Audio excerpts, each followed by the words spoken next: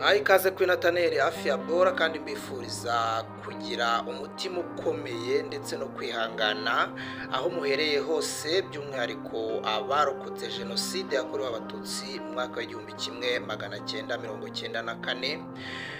Twibuke twiyubaka. Ndagira ngo rero nk'uko bisanzwe kuri iyi channel yacu ndetse yanyu Nataneri hafi ya Bora muri aka kanya, cyangwa se twiganirire ku byiza bituruka mu kuba umuntu yariye igisheke. Iriya sukari yo mu gisheke ndashaka ngo tuyimenye, two kujya turya igisheke kubera ko tutanazi ngo iki gisheke mu by'ukuri kiratumara iki mu mubiri. Ndagira ngo tubirebere hamwe, kandi nzi neza ko nyuma y'iyi video uraza gusanga nawe ugomba kujya urya igisheke. Dutangirane video kandi tuyisoze turi kumwe. Nizera ko wowe uri bubane natwe uri buze kumenya no gusobanukirwa akamaro ko kurya igisheke. Rero ubundi igisheke gifitemo intungamubiri zitandukanye kandi nyinshi zifasha umubiri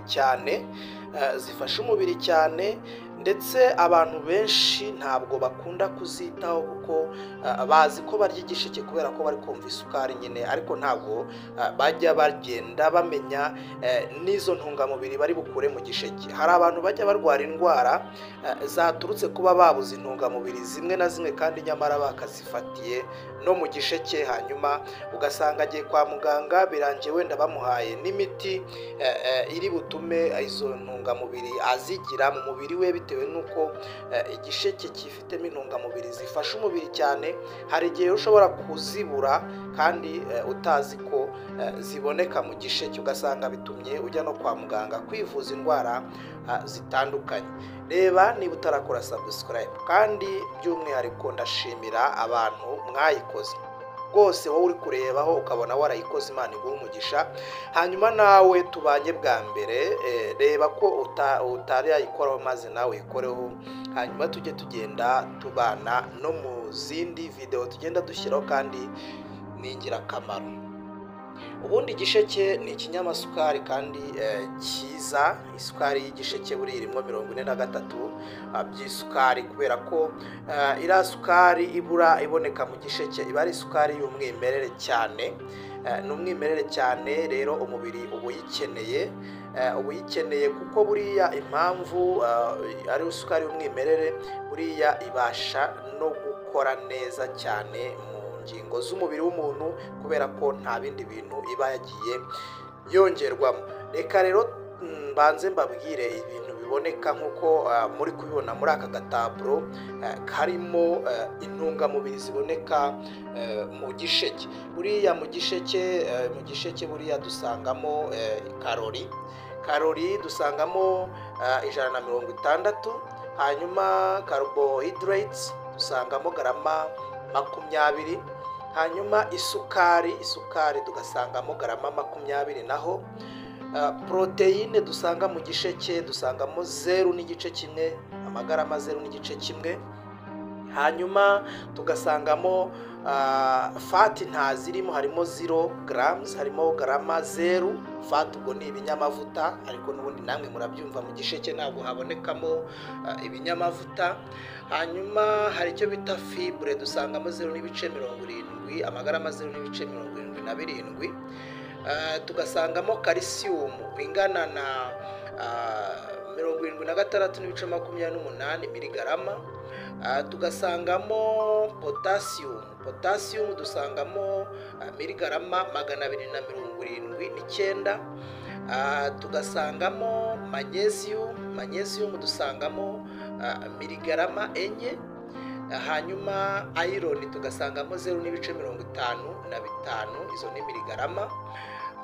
Vitamine C dusangamo 1.25, izo ni miligarama. Vitamine B6 tugasangamo miligarama 0.0. Hanyuma vitamine E dusangamo mikrograme zingana na 111.3. Izo ntungamubiri rero muri kumva mwaho ngaho zose ziri mu gisheke. Niba unyweye cyangwa ukarya igisheke cyifitemo amazi cyangwa se uriya mutobe w'igisheke mililitire 250. Mu by'ukuri izo ntungamubiri zose tuvuze haruguru zose uba wazikonsoma.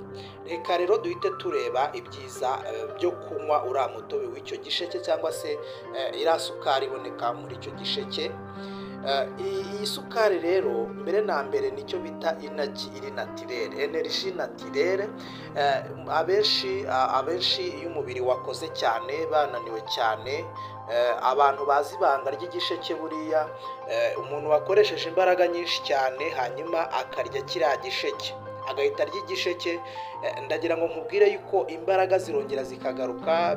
Tujya tubibona cyane ku bantu bakoresha imbaraga cyane, bakunda kurya igisheke. Niryo banga rero, imbaraga zirongera zikagaruka, kandi imbaraga zigaruka ntabwo ari imbaraga zigize zidasanzwe, ahubwo ni imbaraga ziri natirere ziba zaturutse muri cya gisheke, kubera yuko buri igisheke kimeze iyo kukirya biba bimeze nko kuba batiri y'umuriro yari ibitse umuriro wenda wa laptop yashizemo umuriro, hanyuma ukongera ukayicaginga igakorana izindi mbaraga z'umuriro.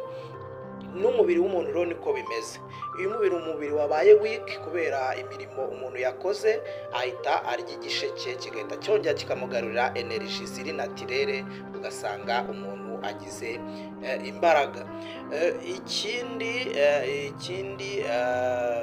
igisheke gifasha mu bijyanye no mu igogora, ibintu bijyanye n'igogora. Abantu barya ibiryo bigahera mu nda, ugasanga nyine ntago byagenze neza. Wategura ji mu gihe ufite ubushobozi bwo kuba wayitegura, kwanza nta nubwo binagoye gufata igisheke udafite mashine yo kugikoramo umutobe. Wanasekura mu sekuru, mu gasekuru gasanzwe, hanyuma ugatunganya umutobe wacyo, uragufasha cyane. Igifu gikora neza, hanyuma ugasanga umubiri nyine igogora ryakoze neza, ntube wanarwara constipation cyangwa se impatwe. Ikindi buriya igisheke gifasha mu kugabanya ibinure bibi mu maraso. Kuba wagikoresha rero biragufasha cyane kugenda kigabanya ibinure bibi mu maraso. Y'amaraso agenda yipfundika mu mitsi, agatuma amaraso adatembera neza nk'uko bikwiye. Ibyo byose igisheke kiragufasha. Igisheke kirafasha mu gutuma umuntu agabanya ibiro. Nk'uko twabivuze haruguru, buri gisheke ushobora kukirya mu gitondo, cyangwa se ukaba wari wiriwe umunsi wose nta kintu wariye, wiriwe mu kazi ka mu gitondo, uhereye mu gitondo, wageza nimugoroba ntugire ibindi biryo bindi ufata, ugafata igisheke ukakirya. Icyo gisheke rero kiraza kugufasha iki? Kiraza kugufasha kumva uhaze, kandi imbaraga zongere zigaruke z'umubiri, hanyuma wumve nta biryo ukeneye. Icyo gihe rero birahita bigufasha iki? Umubiri uri kumve ko nta kibazo ufite cyo kukwishyuza ibyo kurya, hanyuma bya biro bigende bigabanuka. Nta bundi buryo ibiro bigabanuka rero n'ubwo ngubwo, kuko igisheke kiragenda kigatuma utari bukenere kongera kugira ibindi bintu urya, ukumva imbaraga zagarutse, ukumva nta n'ikibazo ufite mu nda. Niyo mpamvu bituma umuntu ashobora no kuba yagabanya ibiro cyangwa se umubyibuho. Ikindi, ubuzima bwiza bw'impyiko. Impyiko zikora neza iyo ukoresha cyane buri gisheke, kiragenda kigasukura, hanyuma ukajya wihagarika inkari zisa neza zitarimo imyanda, impyiko zigasohora imyanda neza, ugasanga rwose umubiri w'umuntu impyiko zimeze neza. Twatubuye tugenda tuza mu mpyiko, turagenda natwo tugashiramo. Iyo ufite icyo kibazo cy'utwo tubuye mu mpyiko, cyangwa se bikanakurinda kuba utwo tubuye tuza mu mpyiko tuba twazangiza tutagenda tuzamo. Ikindi buriya ku ababyeyi batwite, igisheke ni ingirakamaro cyane, kuko cyifitemo intungamubiri zifite umumaro cyane. Twavugamo intungamubiri zizwi nka folate, hari izitwa iron. Izo zose rero ziragenda zigafasha cyane mu gukura k'umwana mu nda, umwana ugasanga avutse ameze neza. Ikindi igisheke amazi cyangwa se umutobe w'igisheke ufasha no gukontorora umuvuduko w'amaraso, amaraso agatembera neza, amaraso akagera mu bice by'umubiri ameze neza, atanduye, ayunguruye. Rwose ibyo bintu ku gisheke murumva ko ari sawa cyane. Ikindi igisheke kirafasha cyane mu bijyanye n'ubuzima bw'amagufa, amagufa ntamungwe, amagufa kandi akagira nyine uburemere bumeze neza, amagufa ntiyorohe, usanga umuntu ngo araribwa mu magufa, usanga umuntu ngo aragenda mu mavi hakamurya. Iyo ukoresheje igisheke rero kubera ko gikize cyane kuri calcium, abantu rwose bajya barwara amagufa cyangwa se mu mavi, ugasanga bibaye ngombwa ko baterwa inshinge zibongera za calcium. Ni byiza kwikoreshereza rero igisheke inshuro nyinshi, hanyuma byakanabaye byiza igihe cyose wakoreshaga isukari ubisimbuje kujya wirira igisheke, kuko iriya sukari yacyo irafasha cyane. Ikindi ihangana cyane n'indwara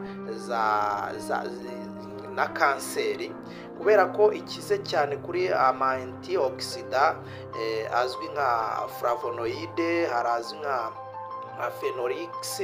Ayo ma antioxida rero aragenda akarwanya cyane kuba umuntu yarwara amakanseri atandukanye, kanseri y'amaraso, kanseri zitandukanye nyine zafata umubiri w'umuntu.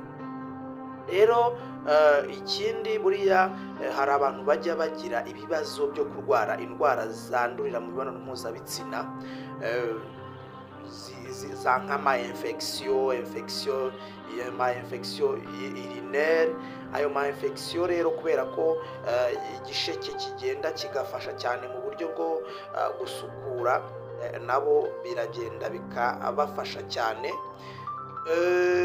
Ikindi buriya umuntu urya igisheke kenshi afite indwara ya diyabete, ku bantu rwose bagira ikibazo cyo kuba barwaye diyabete, ndagira ngo mbamenyeshe ko igisheke nta kintu gitwaye namba, kuko iriya sukari iri natirere, iragufasha cyane kuba mu buzima busanzwe niba utarukoreshaga isukari, kiriya gisheke cyo gikoresha rwose nta kibazo, kiragufasha cyane.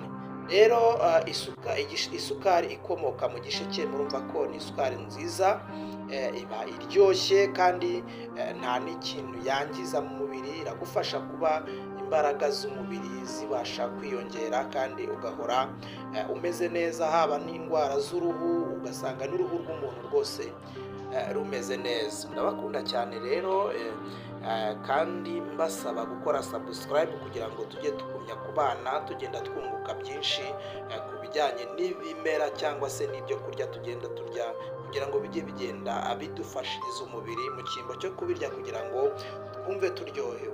Imana ibahe umugisha kandi dukomeze kwibuka twiyubaka.